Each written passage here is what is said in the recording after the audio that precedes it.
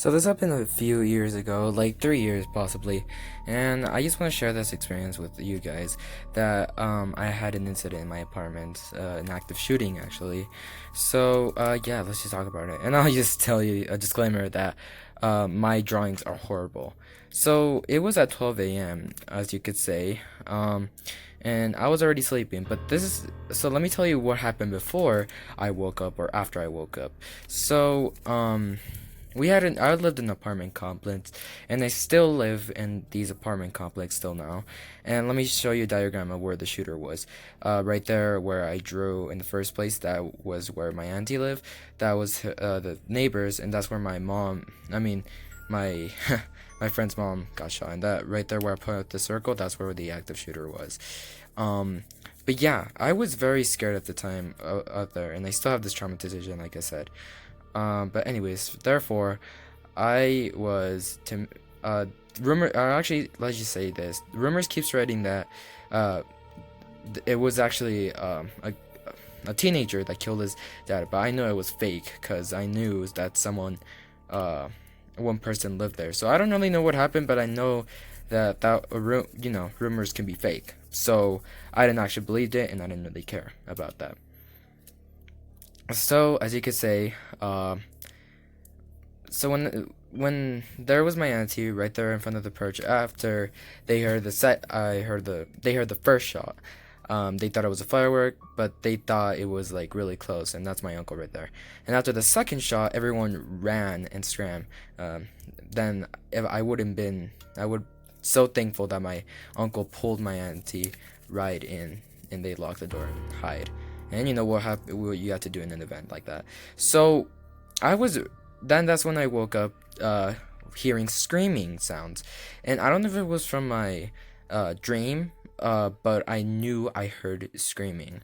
So that's my mom right there, as you could say, checking the door because she woke up first than me, and talking to another neighbor, which I don't know. And let me just tell you guys, two women got shot, but I didn't describe it well.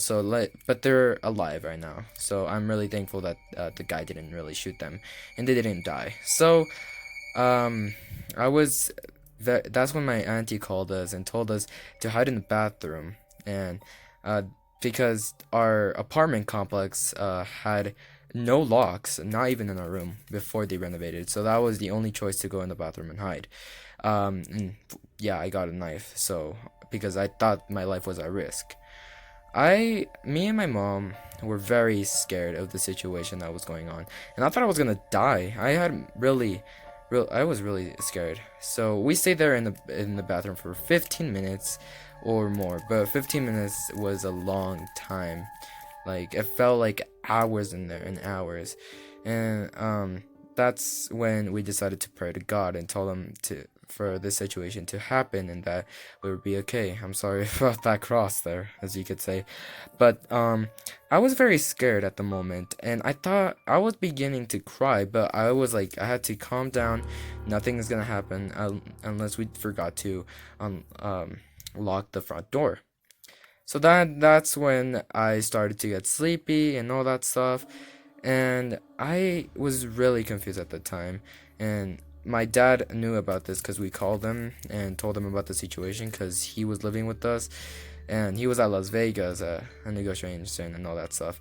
And that's when I fell. I think I no, actually fell asleep. Um, but my mom, oh, but no, I didn't fell asleep actually. I'm sorry, but my mom always had to check the windows every like she had to check the windows 2 times, and I'm like, "What, mom? What are you doing?" And I really got scared for her, but gradually, emotionally, the shooter didn't see him. So now I was asleep. I fell asleep, and that's when I woke up, and my mom was right there. She told me that I fell unconscious and almost hit my head on the bathroom tub. So, um, I was very scared. I'm sorry for my drawings, like I said again. So, but I was wondering where I was because my eyes were really tired. But I'm describing it right here, right now. That we were sleeping in a reclinable sofa, as you could say. My mom was right there in the left and I was there on the right. But the riskiest thing is that our reclinable sofa was in the living room, and that's when I went to sleep and all that stuff. I thought I would, like, this is where my traumatization began. So I saw and I heard footsteps coming to our front porch, and with a really wide eyes, the guy saw me and my mom sleeping, which was the creepiest thing. I was tumbling and staying still as a statue as possible and not alert my mom. And that's when he shot and all that. And that's when I fell unconscious again and woke up to a really loud bang.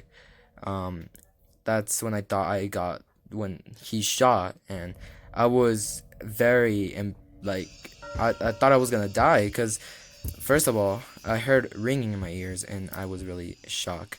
But that's when I fell unconscious even more and fell to the floor. Now this is where the part where me and my mom were sleeping.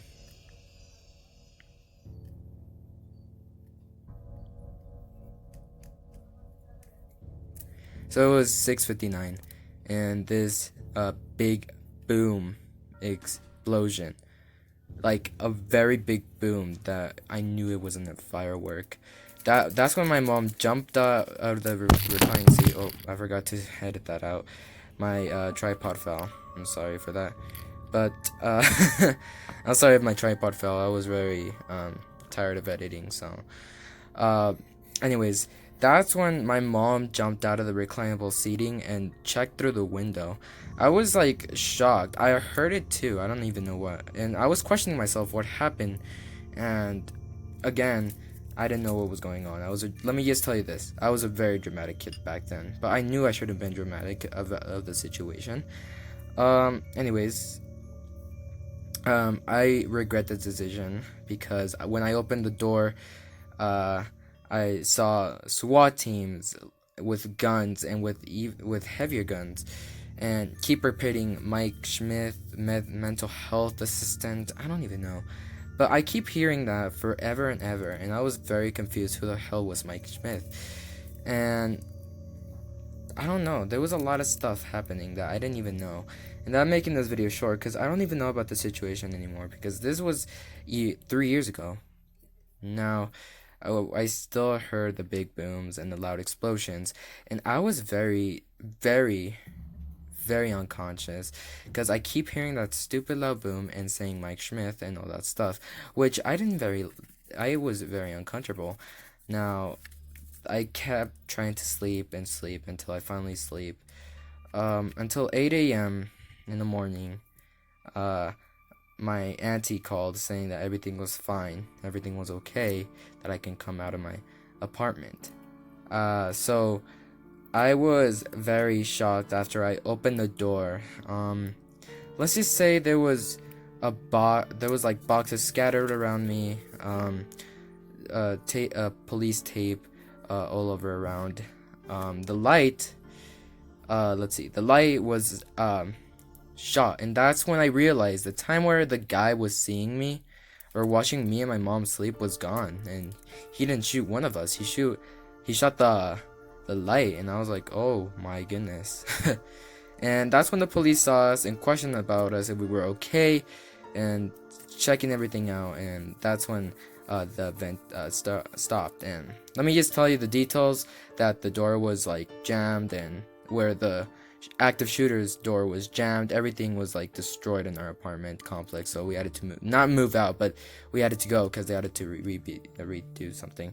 And we went to talk about the situation. We talked what happened and all that stuff. My auntie said that the police knocked on them and told them to get out because it was too dangerous and all that stuff. But yeah, I still have this traumatization until now, and I was very confused why I still have that traumatization if that was my first time. But Mike Schmidt got arrested because he violated some stuff in the past. I'm guessing that's what they say and everything. But I'm glad that I'm alive. I'm 13 years old now, and I still have this traumatization of all that stuff. That's why I kind of am worried in school, and that's why I'm not really enjoying. Well, I'm enjoying school, but it's pretty like horrifying seeing a lot of stuff, and that's why I don't really like fireworks anymore because of my traumatization. Thinking if it's a gun or not, but people keep like judging me of my traumatization, and I don't very like that. Anyways, that was my my traumatization things and all that stuff. And also, I want to tell you, Happy New Year 2020. If you guys, I wish you all Happy New Year's and having a good time with family and friends. And I'm happy to be alive in this day. And yeah, thank you guys so much for watching. If you guys are new, welcome to the Frosty Gang, as you could say, my YouTube channel. And always stay frosty. Also, follow my social media in the description below. And yeah, there's nothing to see. And comment down below if you guys have experienced like stuff like this before an active shooter event, because I've experienced one, and many times in my life. And so yeah, hope you guys enjoy. Bye.